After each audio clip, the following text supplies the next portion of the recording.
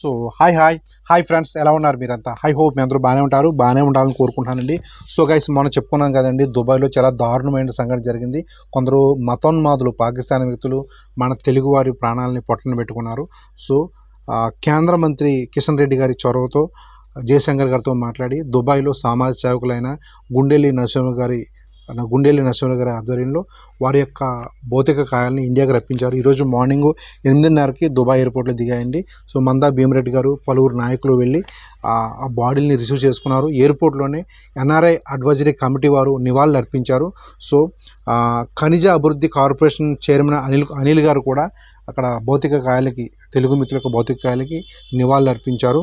So Telangana government కూడా మృతుల యొక్క కుటుంబాలకు అన్ని విధాలుగా సాయం చేస్తామని చెప్పి తెలియజేశారు. ఆల్రెడీ మృతుల యొక్క కుటుంబాల వారసులు ఎవరైతే ఉంటారో వీళ్ళకి గవర్నమెంట్ నుంచి అవుట్సోర్సింగ్ జాబులు ఇవ్వాలని చెప్పి జపాన్లో ఉన్న సీఎం రేవంత్ రెడ్డి గారు ఆదేశాలు కూడా జారీ చేశారు. అన్ని విధాలుగా గవర్నమెంట్ నుంచి సహాయక కార్యక్రమాలు అందాలని చెప్పి ఆదేశాలు జారీ చేశారు. సో అష్టపు ప్రేమ్ సాగర్, సోమ్ గ్రామం, నిర్మల్ జిల్లా, అతని యొక్క భౌతిక ఇంటికి చేరుకుంది. అతనికి కడసారి అంతిమయాత్ర కూడా పూర్తి అయిపోయింది. సో ప్రేమ్ సాగర్కి నెక్స్ట్ స్వర్గం శ్రీనివాస్, దమ్మన్నపేట గ్రామం, మా ధర్మపురి మండల్, జగిత్యాల జిల్లా, ఇతని యొక్క భౌతిక ఇంటికి చేరుకుందండి. సో గవర్నమెంట్ కూడా వీరికి అన్ని విధాల వాళ్ళకి అందాల్సిన ప్రోత్సాహాలన్నీ అందజేస్తాము. నెక్స్ట్ కుటుంబాలకి అవుట్సోర్సింగ్ ఉద్యోగాలు కూడా ఇప్పిస్తామని చెప్పి మాటిచ్చారు. సో అన్నీ సక్రమంగా జరగాలి. ఇద్దరి యొక్క ఆత్మకు శాంతి చేకూరాలని కోరుకుందాం.